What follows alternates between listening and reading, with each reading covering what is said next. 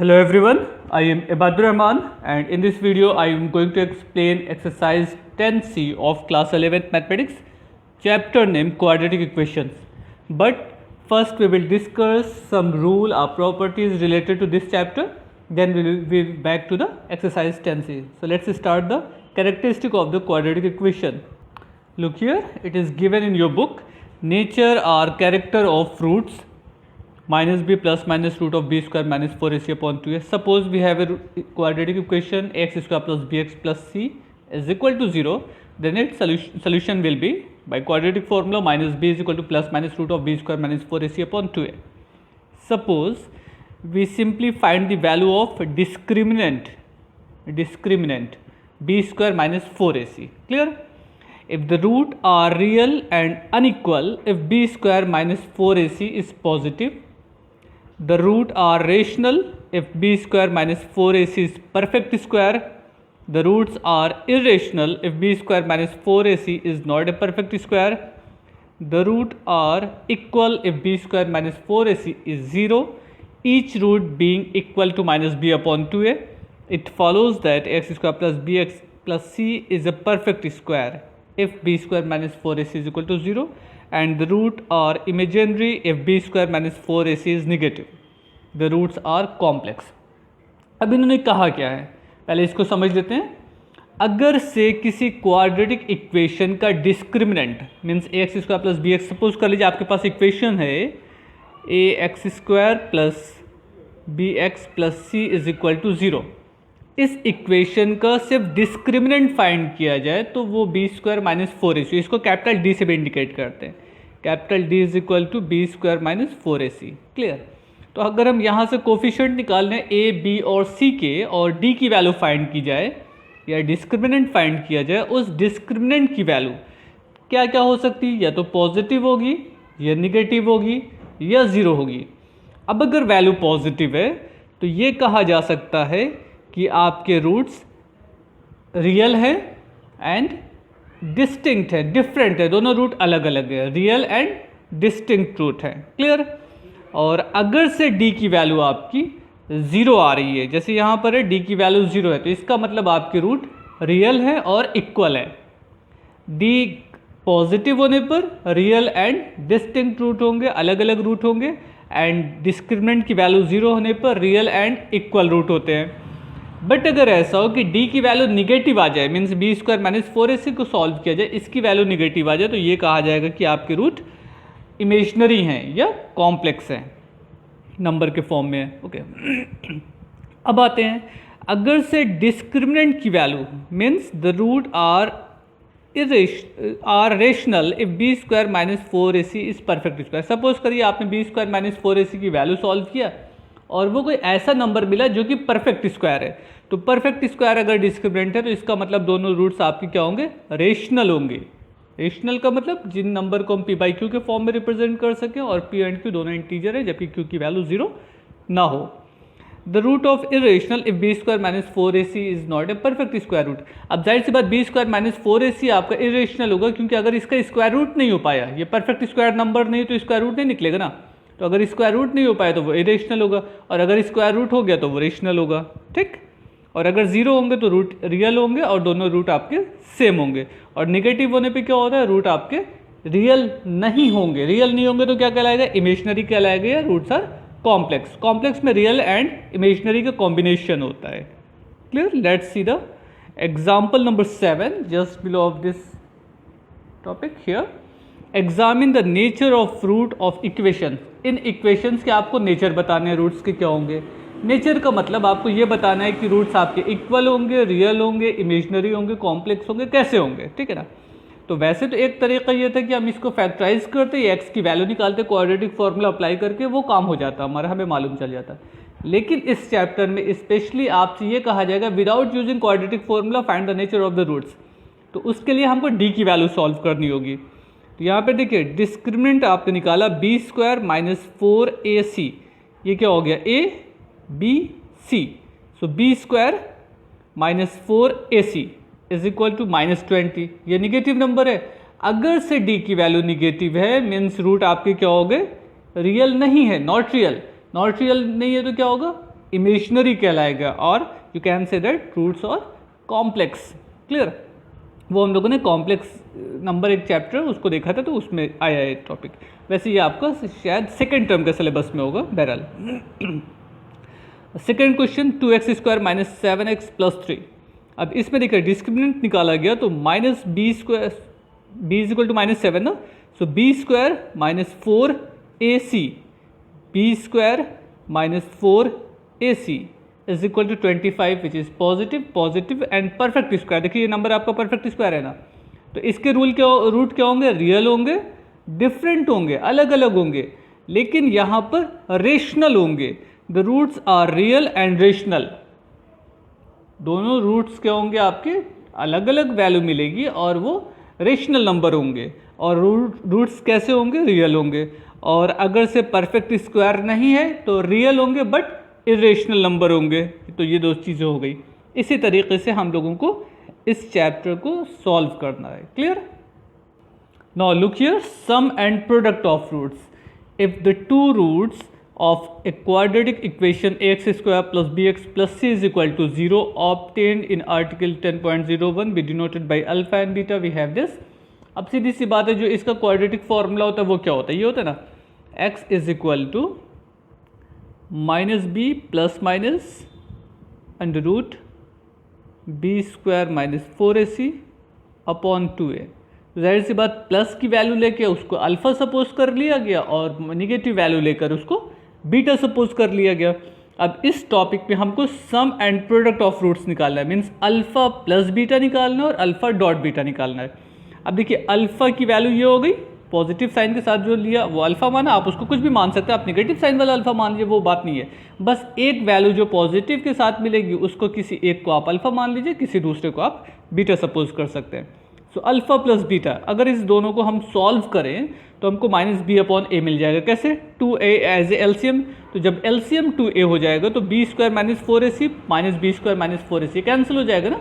देखिए second term आपका एक पॉजिटिव एक निगेटिव कैंसिल हो जाएगा, -b -2b/2a, so -b/a as a sum of roots हो गया। इसी तरीके से product of root alpha into beta. अब देखिए इसमें first term plus second term, first term minus second term है, तो a² - b² का रूल लग जाएगा। आप इसको सॉल्व करिएगा तो c/a आ जाएगा। तो सिंपली जो रूल है वो हमको क्या मिलता है कि sum of root is equal to -b/a and product of root is equal to c/a। अब जरा सा इस इक्वेशन में देखिएगा, यहाँ पे ये क्या हो रहा है? अगर हम b और a की बात करें तो b कौन चीज़ है? Coefficient of x and a coefficient of x²।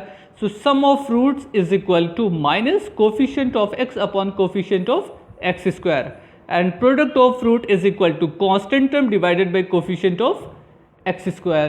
Clear? So c/a means constant term upon coefficient of a². इसी तरीके इसी क्वेश्चन को आप थोड़ा सा अलग करके समझिएगा। If we divide each term by a, when we divide first term by a, we get as a x², and here b/a and last c/a is equal to 0। Clear?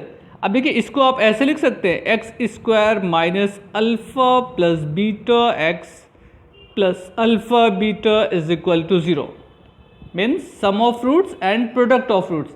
But ध्यान दीजिएगा, इसमें बहुत इंपॉर्टेंट चीज़ है, ये relation तब बन रहा है व्हेन x² का कोफिशिएंट क्या है? 1, means multiple of x² as a 1। अगर यहाँ पर कोई और नंबर होगा तो उससे डिवाइड करना होगा। यहाँ पे जैसे a था ना, x² था, तो पहले a से डिवाइड कर दीजिएगा, उसके बाद ये टर्म आपका अल्फा प्लस बीटा और ये वाला टर्म आपका अल्फा डॉट बीटा बन जाएगा। Is it clear? Okay, next page. अच्छा, अब देखिए यहाँ पे कुछ रूल दिए गए हैं जिसकी हेल्प से हम एक alpha plus beta alpha dot beta की वैल्यू अगर हमको मालूम हो जाए तो बाकी सारी वैल्यूज़ फाइंड कर सकते हैं। जाहिर सी बात, क्वाड्रेटिक इक्वेशन से आप डायरेक्ट क्या निकाल सकते हैं? सम ऑफ रूट्स निकाल सकते हैं एंड प्रोडक्ट ऑफ रूट्स निकाल सकते हैं। तो ये जो भी रिलेशन अप्लाई हो रहा है, ये सारे रिलेशन को कन्वर्ट कर दिया गया sum of roots and product of roots पे। जैसे देखिएगा, α² प्लस β² की वैल्यू निकालना हो तो अल्फा प्लस बीटा और -2 अल्फा बीटा होता है ना, a² plus b² plus 2ab and -2ab cancel हो जाएगा, ये मिल जाएगा आपको। Same as alpha square minus beta square equal to alpha plus beta whole square minus 4 alpha beta. तो इस फॉर्मूले को ध्यान दीजिएगा, ये बहुत इंपॉर्टेंट फॉर्मूला, इसका यूज़ कई क्वेश्चन में होगा और ये प्रैक्टिस करिएगा तभी समझ में आएगा, रटने उठने की ज़रूरत नहीं है इस क्वेश्चन को, इस प्रॉपर्टीज़ को। तो आपको बस कॉन्सेप्ट समझना है कि कैसे सॉल्व किया जाएगा, कैसे फॉर्मूला ये बन रहा है, उतना काम कर लीजिएगा तो आपका पूरा सॉल्व हो जाएगा क्वेश्चन। तो वो हो गया। और अब आते हैं हम लोग एक्सरसाइज की प्रॉब्लम पे, देखते हैं फिर अगर कुछ ज़रूरत होगा तो वापस प्रॉपर्टीज़ को डिस्कस करेंगे। आइए एक्सरसाइज स्टार्ट करते हैं फर्स्ट एंड सेकंड क्वेश्चन से। Okay, it is your exercise 10C। Without solving, देखिए पहले ही बोल दिया, विदाउट सॉल्विंग मतलब आपको कैलकुलेट नहीं करना है, उस इक्वेशन को सॉल्व करके एक्स की वैल्यू नहीं निकालनी है। Without solving find the nature of the roots of the following equation. अब विदाउट सॉल्विंग का ये सेंस मत समझिएगा कि कुछ कॉपी पेन का यूज ही नहीं करना और आंसर बता देना है, ऐसा नहीं। मतलब सीधी सी बात है कि अभी तक आप जैसे इसकी वैल्यू सॉल्व करके निकाल रहे थे उस तरीके से नहीं करना है। जैसे सिंपली आप क्या करते थे, या तो स्प्लिट मेथड अप्लाई कर देते मिडिल टर्म को ब्रेक करके, या तो फिर क्वाड्रेटिक फॉर्मूला यूज हो जा रहा था। वो दोनों काम नहीं करना, हमको एक्स की वैल्यू नहीं चाहिए, हमसे सिर्फ ये पूछा जा रहा है nature of the equation, roots क्या होंगे, उनकी प्रॉपर्टीज बतानी कि वो रियल होंगे, इमेजिनरी होंगे, डिफरेंट होंगे, सेम होंगे, परफेक्ट स्क्वायर होंगे, रेशनल होंगे, क्या होंगे। तो उसका यूज विदाउट सॉल्विंग का सेंस है कि आप डिस्क्रिमिनेंट का यूज कर सकते हैं, ठीक है ना। So first of all solve first question, first part. Okay, ये हो गया आपको फर्स्ट क्वेश्चन। अब हमको क्या करना है, इसको पहले कंपेयर कर लेते हैं ax square plus b x plus c से। Compare the given equation ax square plus b x plus c is equal to 0। Clear. Now a is equal to 3, b is equal to -7 and c is equal to 5। Clear. अब हमको क्या निकालना है, discriminant is equal to b square minus 4ac. Clear. Now substitute the value of a, b and c. b means minus c, so minus 7 square. Sorry, b is equal to -7, so -7 square. 4 dot a dot c. Clear. Now 49 minus 60 is equal to -11, which is negative। अगर से negative है तो roots आपके कैसे होंगे, real होंगे या complex होंगे, रियल नहीं होंगे ना, रूट्स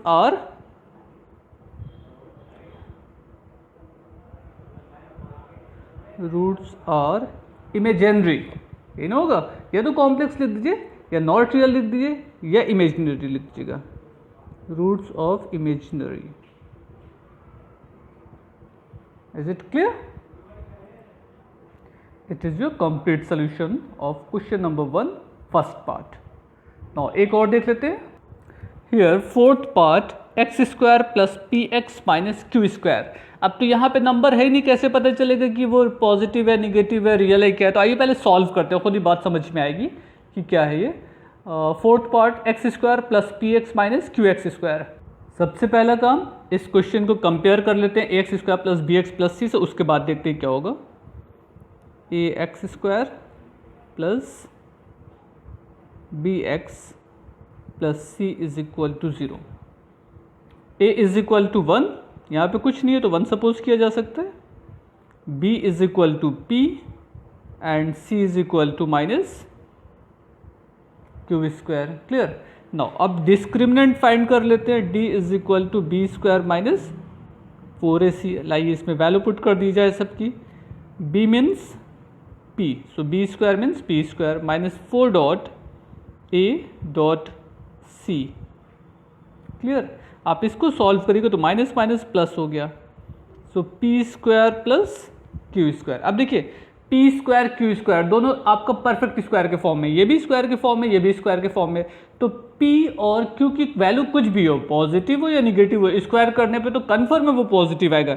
मीन्स जो डी की वैल्यू है वो क्या मिल जानी है आपको, पॉजिटिव।